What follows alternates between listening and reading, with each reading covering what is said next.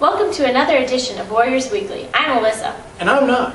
We're here to bring you scores, stats, and previews of the upcoming athletic events at WLC.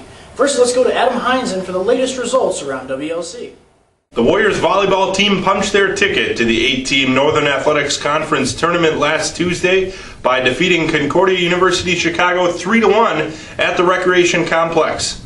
On Saturday, the Warriors traveled to Mequon to take on first place Concordia University Wisconsin. The Warriors fell in that match 3-2, falling in set 5 16-14.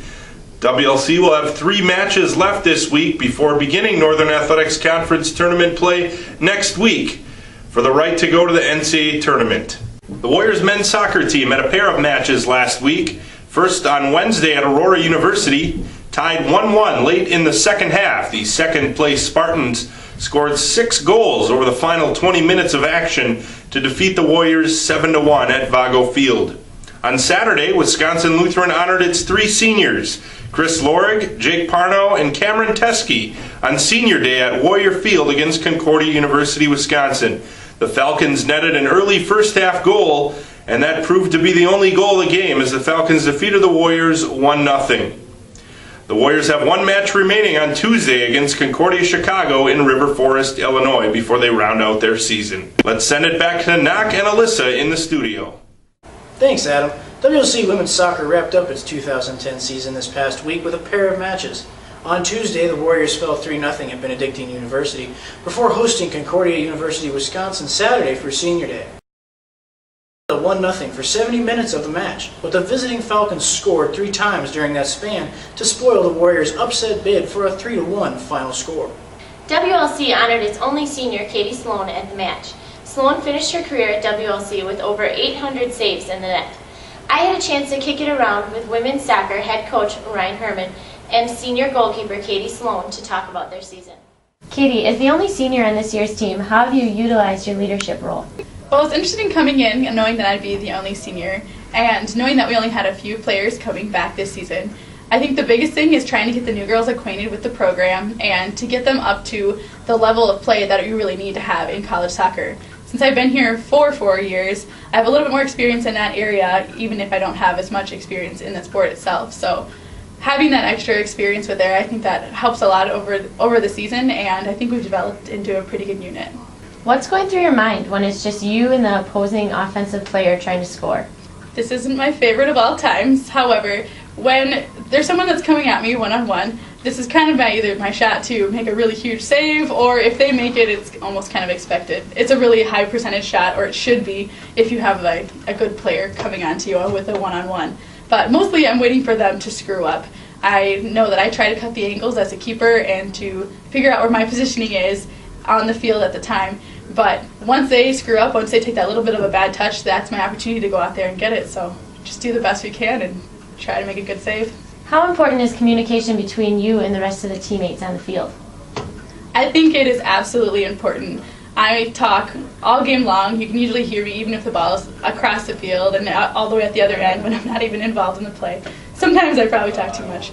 However, I think it's important. It's if another person, another voice telling you that you have a man coming on or if you have space to turn. It's really important, especially in the game of soccer, when you have to work as a team because it is not a solo sport. You cannot do this with just one player. You need your whole team. Coach Herman, how has Katie progressed as a 4-year starter for the program?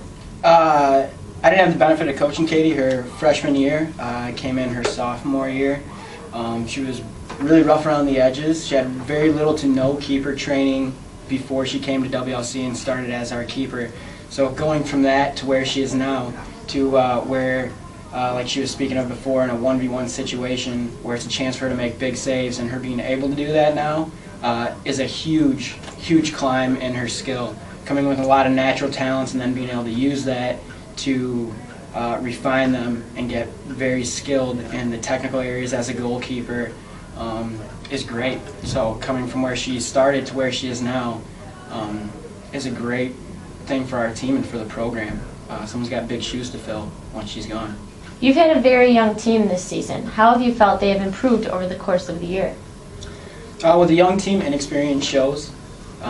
So from the start, when you can see that inexperience and the way things go with the team and developing our formations and how we attack out or how we defend in the back. Going from that and it being very apparent that you're inexperienced to getting to where we are now, where it's much more organized, we're much more cohesive as a whole unit. We're able to link players up a lot better and move the ball a lot better throughout the field with less touches and in a much smoother process. Being able to do that from the beginning to now in a very short time, with the soccer season being so short, is a huge change from the beginning to where it is now, and it's great. Great for the team and program as well in that aspect, from us getting to from that beginning point to now. Thank you for your time. Good luck for the rest of the season. Thank you. The Warriors football team improved to a 5-2 overall and a 3-1 in the NAC Saturday with a 19-0 homecoming shutout victory over Rockford College at Robbie Stadium. WLC held its opponent to under 100 yards of total offense for the second straight game. Now let's go to Scott Warris and Dan Barutha for a recap of the Warriors' homecoming game. Alyssa, thanks. Warriors win it by a final of 19-0. Dan Barutha, I'm Scott Warris, and Dan, a ball game that sees the Warriors pitch a shutout for the first time since their first ever game against these Rockford College Regents. And really, though the score in football terms, 19 points, is a pretty close margin, this outcome was never in doubt. Warriors controlled it from the get-go, just they had that feel from the kickoff. Yeah, absolutely. I mean, you talk about an offense for Rockford College that was really deficient. They ran a multitude of stuff today. Certainly didn't have an identity, didn't know what they wanted to run, and that really played into the hands of the Warriors defense. A lot of blitz packages. Defensive coordinator Ben Murphy brought at Rockford College, and they just inept to move the ball.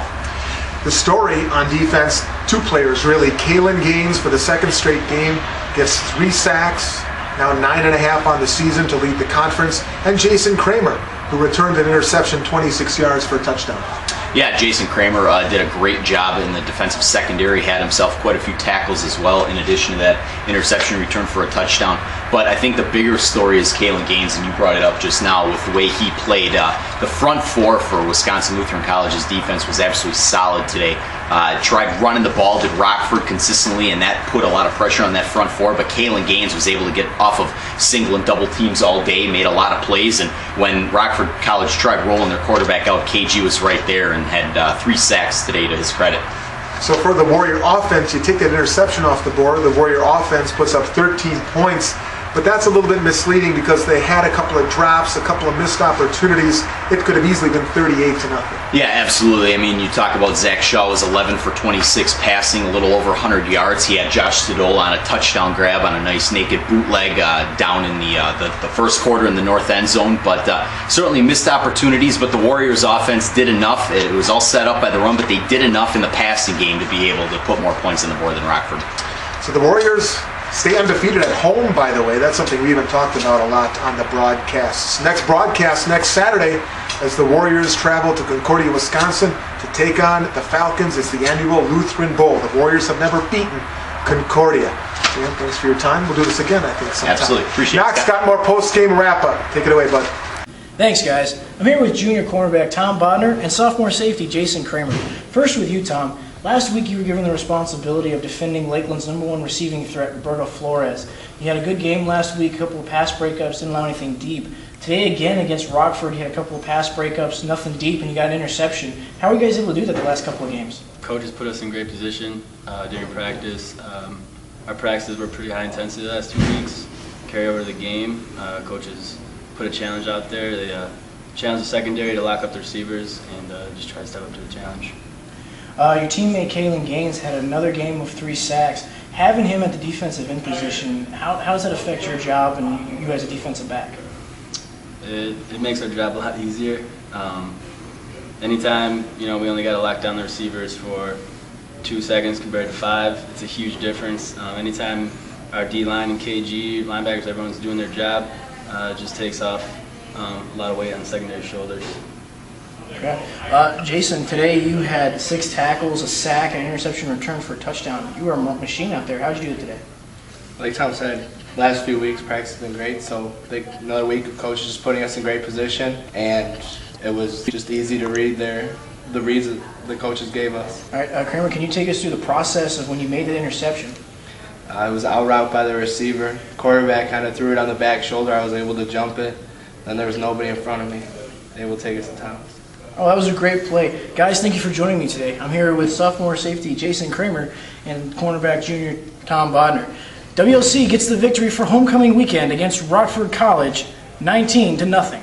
Hello, everyone. I'm here with defensive backs coach Brooke Smith. Coach Smith, thank you for joining me today. Thanks for having me. Coach, you guys were able to shut out Rockford today. You held them to 68 total yards of offense. How are you guys able to do that today? Well, game plan is always for defense is to shut down the run first, and when we were able to do that where they weren't getting off big chunks on us, getting them into third downs and then getting off the field on third down, that was a key component. And they weren't throwing the ball very effectively, and that also helps obviously get off the field on third down when you don't have to worry about two phases of the game. Coach, you alluded to that passing phase. You guys were able to shut them down, like you said.